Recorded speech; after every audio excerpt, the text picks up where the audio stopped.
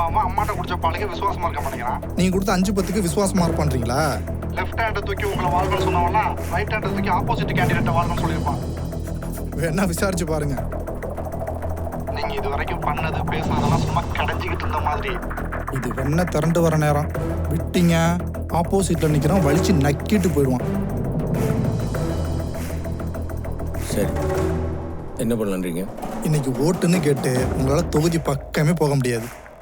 இந்தியாவில் இருக்கிற 1700 channel, 70,000 news பேப்பர்னு எது மூலமாகவும் உங்களால் அவங்கள நெருங்கவே முடியாது. 10 நிமிஷத்துல அவங்களை ரீச் பண்ணோம்னா ஒரே வழி எங்கள் வாட்ஸ்அப் சேனல் மட்டும்தான். உங்களுக்கு அனுப்பின இந்த வீடியோவை உங்க தொகுதியில் இருக்கிற 72,000 மொபைல் போனும் கொண்டு போய் சேர்க்கறவளே எங்கள் டீம் பார்த்துக்கும். இதெல்லாம் நம்புவாங்களா? நம்ப மாட்டாங்க. ஆனால் சந்தேகம்னு ஒன்று வந்ததுக்கப்புறம் சீதையை கூட தன்னை தீக்குளிச்சு தான் ப்ரூவ் பண்ணா. அதுக்கெல்லாம் மற்ற கட்சிக்காரங்க டைம் இருக்காது சார். அதுக்குள்ள எலெக்ஷனே முடிஞ்சிடும்.